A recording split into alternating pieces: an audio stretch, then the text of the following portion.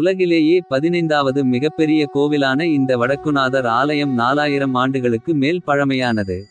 கேரளாவில் பரசுராமர் உருவாக்கிய முதலாவது சிவாலயம். அமர்நாத் பனி லிங்கம் போல நெய் லிங்கமாக விளங்கும் இறைவன் தென்கைலாயம் என புகழப்படும் திருக்கோயில். திருப்பூரம் திருவிழாவிற்கு உலகப்புகழ் பெற்ற திருத்தலம். ஆதிசங்கரர் அவதரிக்க வரமருளிய இறைவன். ஆதிசங்கரர் மடங்கள் அமைந்த தலம். காலை முதல் மாலை வரை நிவேதனம் பெறும் கணபதி விளங்கும் தலம். மன்னர்கள் திருப்பணி செய்த ஆலயம் என பல்வேறு பெருமைகள் கொண்ட தலமாக திகழ்வது கேரள மாநிலம் திருச்சூரில் அமைந்துள்ள வடக்குநாதர் திருக்கோயில். 4000 ஆண்டுகளுக்கு முந்தையதாக இக்கோயில் இருக்கலாம் என்று கூறுகின்றன. வரலாற்று பதிவுகள் இன்னும் உறுதியான காலக்கெடுவை வழங்குகின்றன. இதன் கட்டுமானம் கி.பி. 9ஆம் 10ஆம் நூற்றாண்டுகளில் நடந்ததாக கூறுகின்றன. புராண வரலாறு. இத்தலம் கேரள மாநிலமான மலைநாட்டில் மகாவிஷ்ணுவின் 6வது அவதாரமான பரசுராமரால் உருவாக்கப்பட்ட முதலாவது சிவாலயம் என்ற பெருமையையும் தென் கைலாயம் என்ற மற்றொரு பெருமையையும் பெற்றுள்ளது. வடக்குநாதர் என்பது வடக்கில் உள்ள கைலாயத்தில் உள்ள இறைவனை குறிப்பதாகும். கார்த்த விரியார்ச்சுனன் எனும் மன்னன் பரசுராமரின் தந்தையான ஜமத்கினி முனிவரிடம் இருந்து காமதேனுவை அபகரித்து சென்றான். இதையறிந்த பரசுராமர் அந்த மன்னனை கொன்றார். இதற்கு பழிவாங்க துடித்த மண்ணின் புதல்வர்கள் ஜமத்கினியை கொன்றனர். இதனால் கோபங்கொண்ட பரசுராமர் சத்திரிய வம்சத்தினரை அழித்தார். மகேந்திரகிரி சென்று தவம் செய்தார். முனிவர்களின் விருப்பப்படி வருணனிடம் வேண்டுதல் செய்து தன்னிடம் இருந்த மழுவை கடலில் வீசினார். அது விழுந்த இடமே நிலப்பகுதியாக மாறி பரசுராம கஷேத்திரமானது. அதுவே இன்றைய கேரளமாக விளங்குகின்றது. அதன்பின் தன் கொலை பாவங்கள் தீர இமயமலையில் தவமிருந்தார். அங்கே இறைவனின் ஆணைப்படி எண்ணற்ற சிவாலயங்களை உருவாக்கினார். அதன்படி எழுப்பப்பட்ட முதல் சிவாலயமாக விளங்குவது திருச்சூர் வடக்குநாதர் ஆலயம் ஆகும். திருசிவபுரம் என்ற இத்தலம் திருசிவ பேரூர் என்று அழைக்கப்பட்டு இன்று திருச்சூர் என வழங்கப்படுகிறது. சிம்மோதரன். இறைவனின் சிவகணங்களுள் ஒருவரான சிம்மோதரனிடம் பூவுலகில் தாம் அமர்வதற்கு ஏற்ற இடத்தை தேர்வு செய்து வரும்படி சிவபெருமான் கட்டளையிட்டார். அதன்படி இன்றைய திருச்சூர் வந்த சிம்மோதரன் இங்கே பரசுராமர் சிவாலயம் அமைக்கும் இடம் வந்ததும் மனதிற்கு பிடித்துவிட்டது. அதனால் அங்கேயே மெய்மறந்து தங்கிவிட்டார். திரும்பி வராத அவரை கண்டறிந்த கோபங்கொண்ட சிவபெருமான் அவரை தண்டிக்கும் விதமாக மடப்பள்ளியில் சாதம் வடித்த கஞ்சி வெளியேறும் துவாரத்தில் உட்காருமாறு ஆணையிட்டார். இன்றும் சந்நிதிக்கு எதிரில் ஒரு துவாரம் உள்ளது. அதின் வழியே பார்க்கும்போது கருவறை விமானம் காட்சியளிக்கின்றது. சிம்மோதரன் உதரமும் வயிறும் சிங்கத்தை நினைவுபடுத்தி பயமுறுத்தும் வடிவமாக உள்ளது. சிம்மோதரனை கோபக்கனலோடு தேடிவந்த இறைவனை குளிர்விக்கும் விதமாக அவருக்கு நெய் அபிஷேகம் செய்தார்களாம். அதே வழக்கம் இன்றும் தொடர்கின்றது. அந்த நெய் பனிப்பாறை போல உறைந்து உருகாமல் இருப்பது இறையருளே. இதன் உயரம் சுமார் 8 அடியும் சுற்றளவு 25 அடியும் இருக்கும்.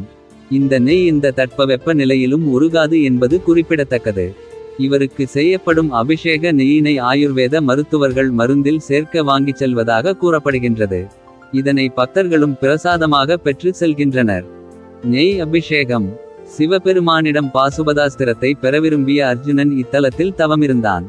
அவனுடன் திருவிளையாடல் புரிய விரும்பிய இறைவன் அவனோடு சண்டையிட்டார். அதில் இறைவனின் தலையில் அடிபட்டு இரத்தம் வழியத் தொடங்கியது. உடனே தன்வந்திரி அதை நெய் கொண்டு மூடினார். இரத்தம் வடிவது நின்றது.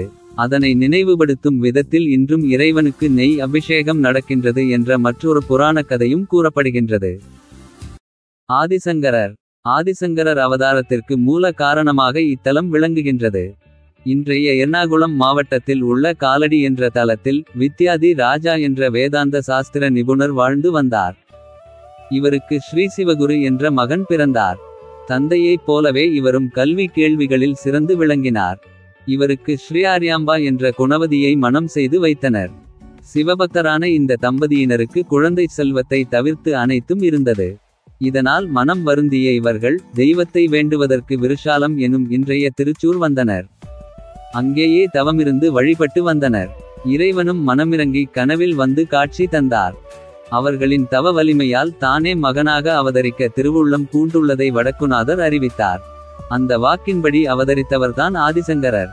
இவர் இயற்றிய பக்தி ஸ்தோத்திரங்களே சௌந்தர்ய லஹரி ஆக விளங்குகின்றது. இவர் 17 உபனிஷத்துக்கள், 33 சமஸ்கிருத உரைகள், 64 ஸ்தோத்திரங்கள், 2 மந்திரசாஸ்திர கிரந்தங்களை இயற்றி அருளினார். ஆதிசங்கரர் மடங்கள். திருச்சூரில் ஆதிசங்கரர் பல மடங்களை ஏற்படுத்தினார்.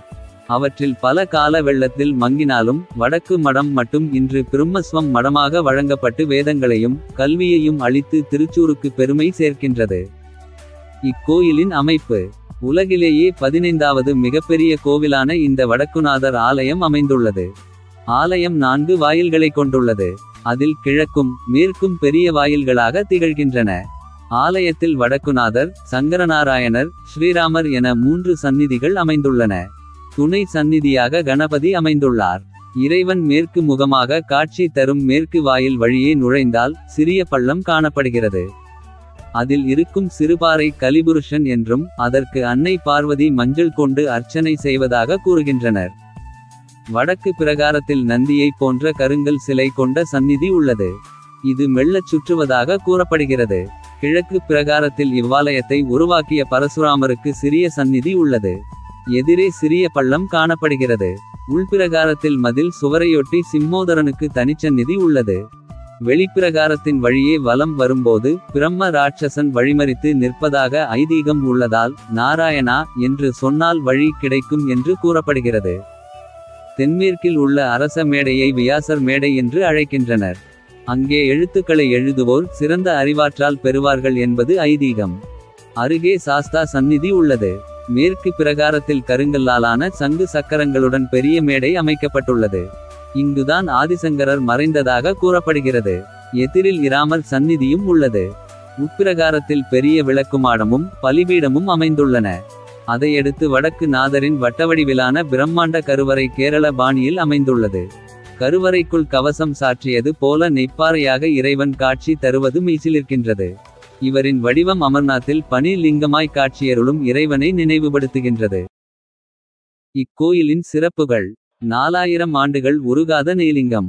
உலகப்புகழ் பெற்ற திருச்சூர் பூரம் இந்த கோவிலில் தான் வெகு விமர்சையாக கொண்டாடப்படுகிறது. உலகிலேயே 15வது மிகப்பெரிய கோவிலான இந்த வடக்குநாதர் ஆலயம் 4000 ஆண்டுகளுக்கு மேல் பழமையானது.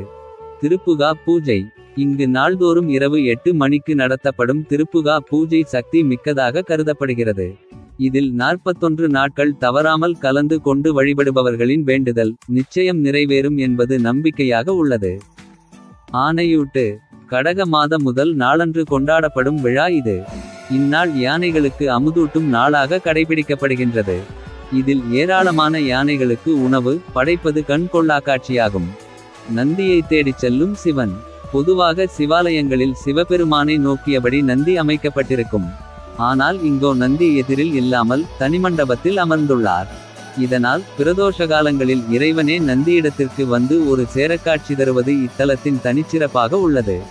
அதுபோல வாசுகி நாகம் இறைவன் முன்பு மணியாக அமைந்துள்ளதாக நம்பப்படுவதால் இந்த மணியை அர்ச்சகர் மட்டுமே அடித்து ஒலி எழுப்புவது வழக்கில் உள்ளது.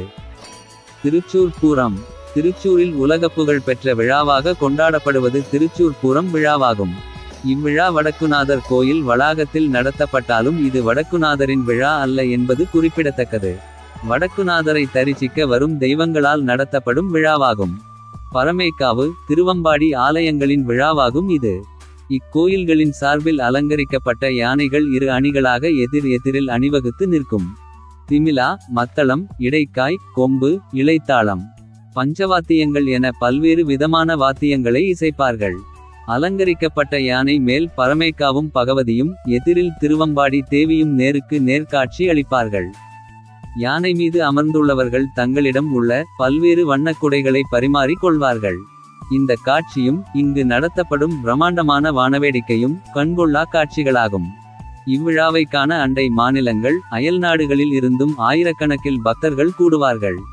அமைவிடம். கேரள மாநிலம் திருச்சூர் நகரின் மையப்பகுதியில் ரயில் நிலையத்தில் இருந்து தென்மேற்கே அரை கிலோமீட்டர் தொலைவில் சிறிய குன்றின் மீது வடக்குநாதர் கோயில் அமைந்துள்ளது.